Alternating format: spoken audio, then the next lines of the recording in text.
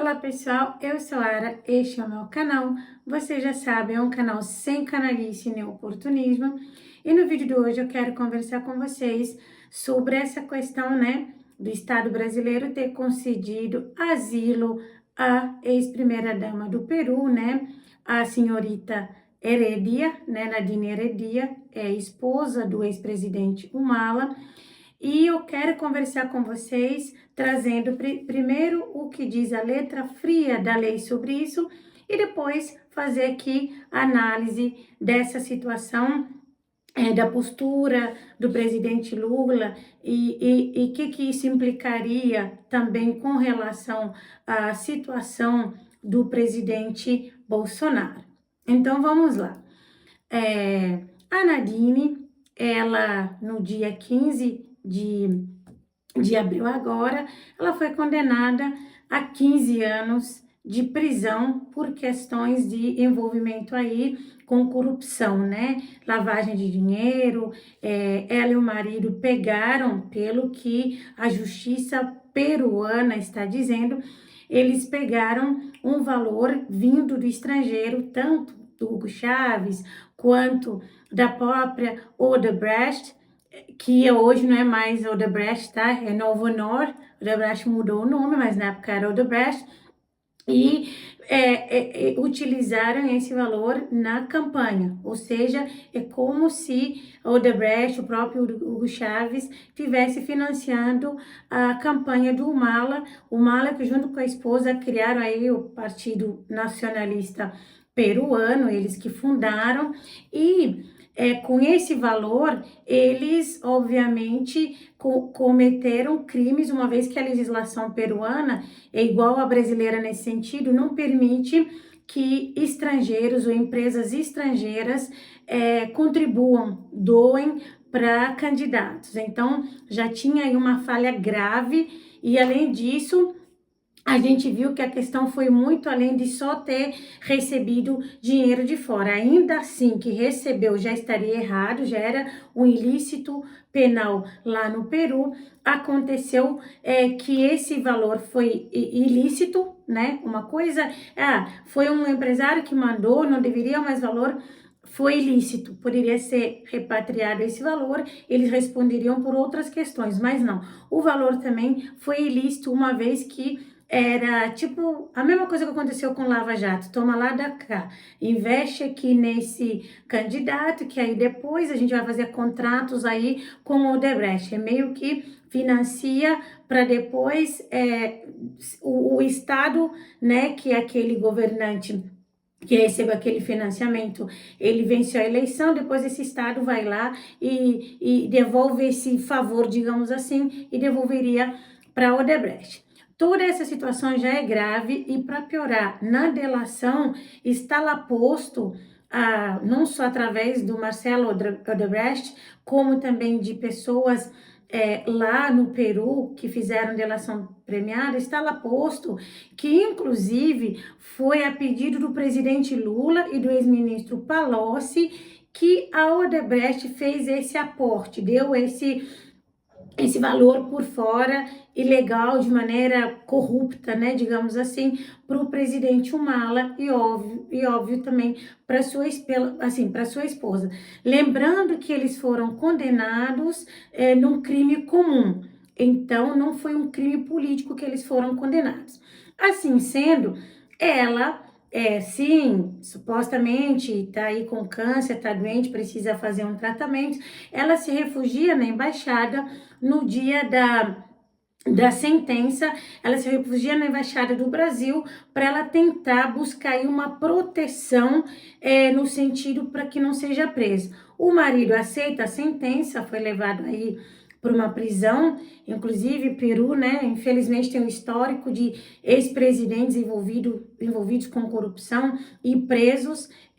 A gente viu, o Fujimori, que ficou inclusive na mesma prisão que o Humala foi levado e saiu em 2023, o Alan Garcia cometeu suicídio, infelizmente, porque estava envolvido com a corrupção. Quando a polícia foi na casa dele, ele não aguentou. Enfim, o Castilho também está na mesma prisão onde foi levado o Humala. Então a gente vê que, infelizmente, está aí posto a questão de corrupção no Peru, só que a gente tem que, de alguma forma também, dar um crédito à justiça peruana, que não simplesmente pegou, rasgou a Lava Jato peruana. A Lava Jato peruana, diferentemente da Lava Jato brasileira, andou e deu no que deu. Aí, quando ela entra na embaixada do Brasil, obviamente ela está aí, né, na soberania brasileira, ainda aqui dentro do Peru, ela pede o asilo muito rápido foi concedido, ela sai do Peru e chega no Brasil através da Força Aérea Brasileira, ela e o filho dela de menor, que o que inclusive a mídia peruana está dizendo é que o próprio Mala falou para Nadine, ó, vai para o Brasil, porque senão você vai ser presa, vai ter problema com os nossos filhos, enfim, não pensaram nisso antes de se envolverem com corrupção, de pegarem dinheiro de maneira ilícita, mas agora acharam que é apropriado proteger o filho esse que antes, repito, eles não pensaram na sua proteção. Assim sendo, Nadine é concedida o asilo para ela vem para o Brasil. Lula até agora, até o momento que eu tô fazendo esse vídeo, ele está calado, não falou sobre asilo, e ele fez uma coisa, na minha opinião, ele reeditou o que ele fez muito no Mensalão e também no Petrolão, que eu não sei de nada, não vi nada, e colocando sempre alguém aí como seu para-choque. A gente viu o chanceler brasileiro, Mauro Vieira, meio que tomando a dianteira e falando, olha, fui eu que concedi o asilo, aí eu avisei para o presidente Lula que a gente, né, estava concedendo esse asilo, mas por que sou Brasil, né? Por que ela buscou esse asilo no Brasil, ainda mais sendo que ela não foi condenada ou não estava sendo investigada, não teve nada a ver com crime político, foi crime comum de corrupção. E aí Mauro fala, não, mas como o país, né, que concede asilo tem que cuidar da questão do transporte, aí por isso que ela utilizou a Força Aérea Brasileira. Então, por conta disso, eu trouxe para vocês aqui a Convenção de Caracas, que está sendo falado de um lado e do outro, pelo chanceler Mauro Vieira e também pelo coordenador do Prerrogativa, eu não sei o que o Marco Aurélio, acho que é uma coisa nome de advogado, né? Se não me falha a memória, mas ele é o coordenador do Prerrogativa, tudo ele tá no meio aí. Eu quero saber o que ele tá se metendo nisso, falando, inclusive, tá fazendo pro bono. Ele tá defendendo Nadine, inclusive que ele acompanha a questão da Nadine muito antes de Lula ter sido eleito. É engraçado, né? Vários casos aqui no Brasil de abuso de autoridade, de gente que inclusive precisa de assistência jurídica e não tem. A gente vê Prerrogativa só se metendo com a questão política, só com a questão política e claro, fica parecendo um puxadinho aí da esquerda, ou na verdade o PT, a assessoria jurídica do PT é o Prerrogativa. Aí ele entra no meio para ele falar, não, que Lula não tem nada a ver com isso, e enfim, por quê? Infelizmente, muitos deles acreditam naquilo que eu falo, que a gente tem memória curta, que a gente não tem discernimento, que a gente não tem sabedoria ou compreensão. Por quê? Infelizmente, é verdade, falta muita leitura atenta para muito brasileiro. Leitura atenta tá faltando e falta também escuta atenta. Quando escuta o que o outro diz, escutar com atenção para discernir da melhor forma aquilo que está se escutando. Então, por isso que eu trouxe a Convenção, né, de Caracas, de 54, que define lá as regras do asilo diplomático. E também, gente, eu sou vovô Cantigas. Eu já trabalhei com direito internacional, inclusive a área de direito que eu primeiro tive uma expertise, digamos assim, é direito internacional. Trabalhei com essa questão porque a maioria de vocês sabe, eu sou brasileira naturalizada, então eu precisava fazer meu registro de residência aqui, era muito difícil encontrar advogado que entendia isso com profundidade e além de, quando eu encontrava um advogado que entendia assim mais ou menos, era muito caro, né?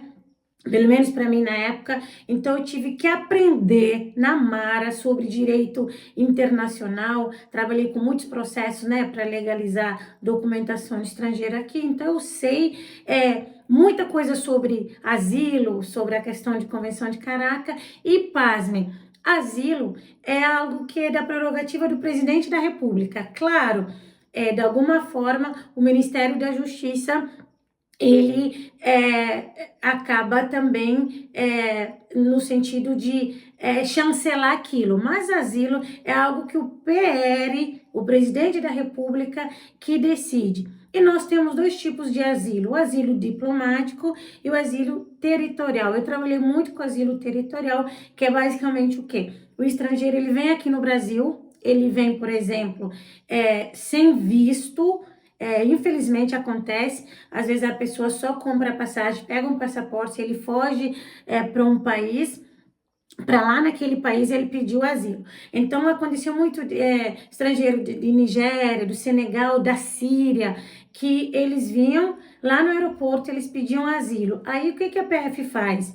A Polícia Federal dá um protocolo para esse solicitante, ele entra, ele bota lá o endereço dele, né, onde ele vai ficar, aí a polícia guarda todos os dados do passaporte, enfim, meio que acaba permitindo que ele entre até a avaliação da situação dele, se ele está, sim, sofrendo algum tipo de perseguição política para se conceder o asilo, se não, o asilo é negado e ele tem que pedir refúgio. O refúgio é a CONAR, né, que é o Comitê dos Refugiados, que eu também já falei aqui, no mundo inteiro, quando se pede o refúgio, é a CONAR que olha se a pessoa está ali na condição de refugiado ou não. Aqui no Brasil, a CONAR, né, eles deliberam, né, uma vez por mês, todo o colegiado das pessoas que fazem parte, né, da Comissão dos Refugiados, eles analisam todos aqueles pedidos para falar se a pessoa é refugiada ou não. E diferente de asilo, refúgio pode ser por questão de perseguição religiosa, tem muita gente de Gana que pede refúgio aqui, porque infelizmente lá tem muita homofobia, então às vezes as lésbianas e os gays de Gana, eles vêm para o Brasil para não serem mortos, não terem suas vidas ceifadas, então eles pedem refúgio em vez de asilo. E asilo territorial é dessa forma, é pedido no território brasileiro, então a pessoa chega aqui no Brasil e pede o asilo. E asilo diplomático é asilo onde a pessoa vai lá na embaixada do Brasil, ou poderia ser de outro país, mas enfim, com relação ao Brasil, lá na embaixada do Brasil, no outro país, a pessoa pode pedir asilo diplomático lá no Peru, como a Nadine pediu, ou poderia ser lá na Venezuela, na embaixada do Brasil. Enfim, entra na embaixada, pede asilo, asilo diplomático. Estando aqui no Estado brasileiro pedindo asilo, é asilo territorial. E aí, como eu falei, é basicamente o presidente da República que vai decidir se aquela pessoa está não na condição de asilado. Se não, a pessoa tem que mudar a base legal, né, de solicitação, aí teria que pedir refúgio. Então, para a gente entender toda essa questão, repito, eu imprimi aqui a Convenção de Caracas, né, de 54, que é a Convenção sobre Asilo Político, mas que aqui foi promulgada em 57, no Decreto 42.628. Aí, a gente vai entender muitas coisas que o chanceler falou, que não, né, que não coaduna com a letra fria da lei, porque a gente aqui vai fazer leitura atenta, não de tudo, mas de algumas de artigos e coisas específicas que a gente tem que entender com relação a essa questão de asilo e principalmente para a gente também se livrar da ideologia, porque às vezes parece que assim, Lula que concedeu, esquerda passa pano. Aí fica o outro lado, principalmente bolsonaristas, criticando só para a questão ideológica. Eu acho que é isso que a gente tem que se libertar, da questão ideológica. Antes eu até falava que a gente precisa se libertar do lulismo e do bolsonarismo, mas não é do lulismo bolsonarismo na questão de persona deles e das ideologias mesmo, porque isso contamina, parece que a gente fica sempre, a gente não, os militantes ficam sempre cegos e não conseguem entender as coisas da melhor forma, até porque são pautados à esquerda e pautados à direita, e quando não, são pautados por influenciadores canalhas, oportunistas que recebem dinheiro só para manipular a esquerda e a direita. Então vamos lá. Convenção sobre Asilo Diplomático. Os governos dos Estados membros da Organização dos Estados Americanos desejosos de estabelecer uma convenção sobre asilo diplomático convém nos seguintes artigos. O asilo outorgado em legações, navios de guerra e acampamentos ou aeronaves militares a pessoas perseguidas por motivos ou delitos políticos será respeitado pelo Estado territorial de acordo com as disposições dessa convenção. Para os fins dessa convenção, legação é a sede ou toda a missão diplomática ordinária, a residência dos chefes de missão e os locais por eles destinados para esse feito, quando o número de exilados exceder a capacidade normal dos edifícios. Os navios de guerra ou as aeronaves militares que se encontrarem provisoriamente em estaleiros, arsenais ou oficinas para serem reparados não podem constituir recinto de asilo. Então, basicamente, a pessoa poderia pedir asilo, inclusive nos navios de guerra, coisa assim, salvo só se estiverem sendo reparados, aí não poderia ninguém pedir asilo. Mas isso é só para a gente entender como começa as diretrizes da convenção. Artigo 2. Todo Estado tem o direito de conceder asilo, mas não se acha obrigado a concedê-lo, nem a declarar por que nega. Isso aqui é importante porque todos os Estados membros, e Brasil faz parte dessa Convenção de Caracas, na questão do asilo, ele não é obrigado a conceder. Ele não é obrigado. Ele não é obrigado só porque ele está nessa convenção. As regras de concessão é dela. Pode falar, não vou conceder asilo. Mas, se ele conceder, se ele, por exemplo, conceder, ele não tem que falar por que ele concede, e nem se ele negar, ele não tem que falar por que ele nega, entende? Ele não é obrigado a conceder, mas se ele, por exemplo, falar assim, eu estou negando, ele não tem que falar o motivo que ele está negando, ele não precisa falar, se o Brasil, por exemplo, tivesse negado asilo a Nadine, não precisava ele falar, estou negando porque não houve crime político, ela foi condenada por crime comum. É claro, o governo brasileiro poderia, claro, para dar ciência à população brasileira, falar que no Brasil, a gente não concedeu asilo à Nadine por conta disso, porque na verdade ela não estava elegível a ter esse asilo porque foi condenada por crime comum. Então, ainda assim, perceba que na convenção dá essa gerência para os estados para falar, não, eu não estou concedendo porque eu não quero e acabou.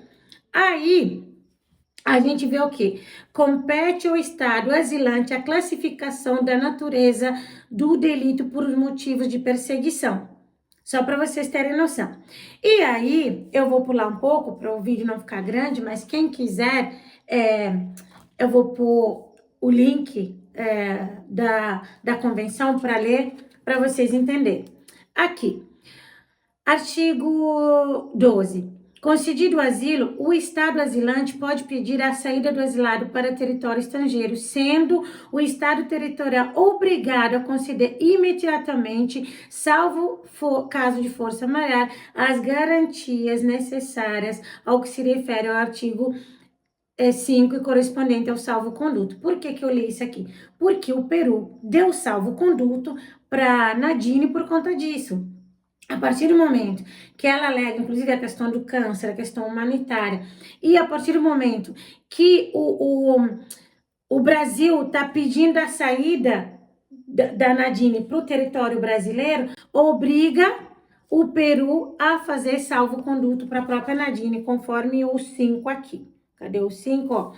O asilo só poderá ser concedido em caso de urgência e pelo tempo estritamente indispensável para que o asilado deixe o país com as garantias concedidas pelo Estado territorial, a fim de não correr em perigo a sua vida, sua liberdade, sua integridade pessoal, para que de outra maneira o asilado seja posto em segurança. Por que eu estou lendo isso? Porque é isso que o chanceler está falando, A forma que ela saiu de lá para ser segurança tinha que ser na FARC. Ora, claro, porque inclusive na convenção diz isso. O Estado que está, o país, né, que está concedendo o asilo, ele tem que fazer o quê? É dele a responsabilidade de tirar o asilado de lá.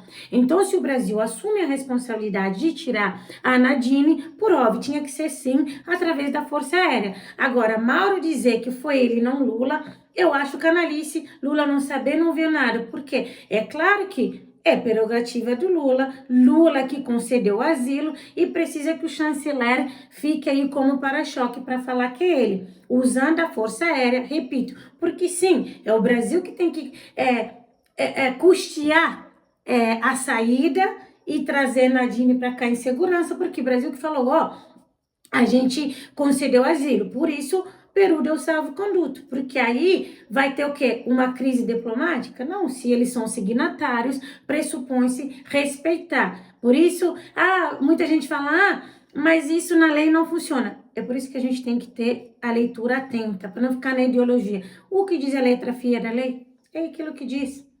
Porque na minha cabeça, não é na sua cabeça, não é na minha cabeça. É o que diz a convenção. Aí, beleza. Aí nós temos aqui, os asilados não poderão ser desembarcados em ponto algum do estado territorial, nem ao lugar dele esteja próximo, salvo a necessidade de transportes. Ou seja, o Brasil precisa cobrir tudo que está aqui para trazer a Nadine para cá. Não é tirar a Nadine de um ponto para o outro, não, tem que trazer para cá. Efetuada a saída do asilado, o Estado asilante não é obrigado a conceder-lhe permanência em seu território, mas não poderá mandar de volta ao seu país de origem, salve por vontade expressa do asilado. Vocês perceberam aqui? Aí Brasil não pode simplesmente falar, agora eu vou mandar Nadine de volta. Não vou, porque está dizendo o quê? Não é obrigado a conceder a permanência aqui, mas por óbvio, se ele aceitou a ela como asilada aqui, vai conceder permanência. Agora eu quero saber como.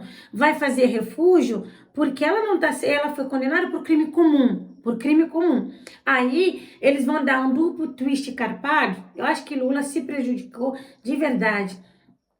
Se queimou fazendo isso, fica parecendo que aqui é República das Bananas, que aqui pode tudo, pareceu o coleguismo, inclusive porque na delação, repito, do Marcelo Odebrecht, diz que o próprio Lula foi quem pediu, Lula e Palocci, à época ministro, para que Marcelo Odebrecht desse esse valor para o partido, né, fundado pela Nadine e pelo presidente Mauro. Então a gente vê que infelizmente ele está muito envolvido com essa questão e para piorar parece que ficou encurralado. Sabe quando o passado condena, o passado vem e persegue? Só que ele é o chefe de Estado, então não dá para ele agir com coleguismo ou com amiguismo, porque ele é chefe de Estado. Aí, com certeza, Nadine não vai pedir para voltar, até porque ela veio por conta disso, talvez, sei lá, o marido falecer, alguma coisa extrema, talvez ela volte, aí, enfim. Mas, de outra forma, ela vai ficar aqui no Brasil, protegida aqui no Estado brasileiro, de ela ter sido condenada, repito, por crime comum. Preste atenção, as despesas desse transporte e da permanência preventiva cabe ao Estado suplicante. Ou seja, Brasil assumir a responsabilidade de custear tudo isso. A autoridade asilante não permitirá aos asilados praticar atos contrários à tranquilidade pública nem intervir na política externa do Estado territorial. O asilo diplomático não está sujeito à reciprocidade. Toda pessoa, seja qual for sua nacionalidade, pode estar sob proteção. Isso aqui é importante porque, por mais que diz que não está sujeito à reciprocidade, essa convenção obriga ou permite, abre espaço para essa reciprocidade. A presente convenção entrará em vigor entre os estados que a ratificarem na ordem de que dispõe respectivas ratificações, enfim. Aí a gente vê que o Uruguai também faz parte, né? Aí você pergunta, por que Nadine não foi para o Uruguai? Por quê? Brasil é a República das Bananas e eu acho, como eu falei no início, que isso de Lula ter dado concedido asilo, é Lula que concedeu, não foi o chanceler, é o Estado brasileiro que concede asilo político. É o Estado brasileiro. O Estado brasileiro que disponibilizou a Força Aérea para ir buscar Nadine, claro, de acordo com o que diz aqui. E não tem nada a ver prerrogativa meter no meio. O coordenador se mete, como tudo eles que está envolvido com o PT, eles querem se meter. A população, infelizmente, fica encurralada na ideologia. De um lado, critica só por questões ideológicas e de outro lado, defende só por questões ideológicas, sem saber como funciona, o que funciona. Reclamar que usou a Força Aérea Brasileira é válido. Agora, usou porque faz parte do que está escrito na convenção. Como que ela ia sair de lá? Se o Brasil concedeu asilo, é da responsabilidade do Estado que concedeu esse asilo cuidar do translado, do transporte dessa pessoa. Agora, é complicado porque, infelizmente, quem custeia toda a questão esse gasto os brasileiros, são os brasileiros. Por isso que é complicado. Mas, querendo ou não, dentro daquilo que está posto, era isso que deveria acontecer. E a gente não vê pressão no sentido de se cobrar, porque não é um crime, ela não foi condenada por um crime político, não teve nada, é crime comum. Tinha que ter pressão dos nossos congressistas, à esquerda, ao centro e à direita, nesse sentido. Por isso que eu falo, nós precisamos, é a hora do centro democrático, mas não aquele centro fisiológico, o centro democrático real, sabe? Que senão todas as vezes a gente vai ficar sempre entre as ideologias. E eu acho que isso abre um precedente grave, porque Bolsonaro em 2024, se não me falha a memória, foi lá na embaixada da Hungria, tudo medroso, tecnicamente com medo de uma preventiva. Se surgisse uma preventiva aí, ele estaria dentro da embaixada e tecnicamente protegido. E aconteceria, por óbvio, a mesma coisa que aconteceu com a senhora Nadine. A mesma coisa. Ele poderia ser asilado em outro país. Inclusive, Eduardo diz que está articulando isso para o pai conseguir asilo. Então, se Bolsonaro for condenado, que é o que eu acho que vai acontecer entre setembro e outubro, mais ou menos, e Bolsonaro entrar numa embaixada amiga, ideologicamente falando, da Hungria ou da Argentina, o que for, e Bolsonaro sair do Brasil e se asilar na Argentina, nem o governo, nem o PT não teriam moral, nem régua, nem envergadura moral para falar nada, porque é a mesma coisa que Lula fez. Então, Bolsonaro poderia sim solicitar asilo, entrar numa embaixada, se proteger lá, conseguir salvo-conduto do governo brasileiro para não ser preso. Eu acho que é isso que Lula mostrou, que ele é a favor de impunidade. O governo Lula mostrou que político corrupto aqui no Brasil tem guarita, que aqui no Brasil tem apoio, que aqui no Brasil tem proteção. Aí eu falo para vocês, o candidato lá, que Corina depois indicou para concorrer com Maduro, teve que se asilar na Espanha. Por que Lula não deu guarita aqui? Foi por seguir o político. Naquele caso que eu não lembro o nome dele aqui, mas vocês também vão lembrar aí, ele foi para a Espanha. Foi para a Espanha. Lá que ele conseguiu asilo. Por que o Brasil não forneceu isso? Como vocês também devem se lembrar, a Espanha disponibilizou aeronave para ir buscá-lo, enfim, porque é assim que funciona. Mas por quê? Porque ideologicamente não é amigo da ideologia do Lula, sendo que era uma questão política dos abusos e excessos que acontecem na Venezuela e aconteceram. Corina provou, fraude, né?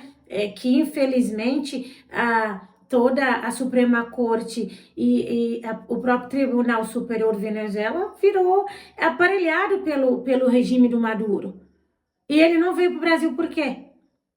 Que Lula poderia oferecer, ou o chanceler, já que o chanceler está falando que foi ele que deu asilo, por que ele não ofereceu? E por que a Nadine? Eu acho que a gente tem que repudiar isso.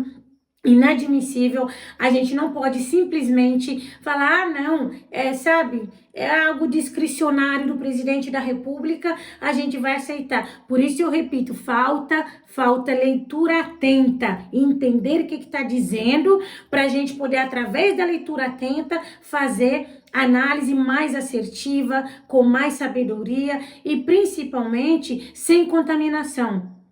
É isso também que a gente deve fazer com a escuta atenta. Não, porque Lula que falou, porque Bolsonaro falou, não importa quem falou. A gente tem que importar como foi dito, em que contexto foi dito e não ter memória curta com relação àquilo. Não dá para aceitar uma pessoa vir pedir asilo aqui no Brasil, guardadas as devidas proporções, dela ter filho pequeno, dela ter uma doença, enfim, que pode ser incurável, não justifica que o Estado brasileiro conceda esse asilo para essa pessoa. Não foi crime político naquilo que a convenção diz, já que é para seguir a convenção, que quando foi conveniente para falar, veio de força aérea porque é o que diz a convenção, é a gente que tinha que cuidar do transporte, beleza, quando é conveniente fala isso. Então diz o que diz a convenção, crimes políticos, sim. Agora, crimes comuns, não está abarcado aqui, não está protegido,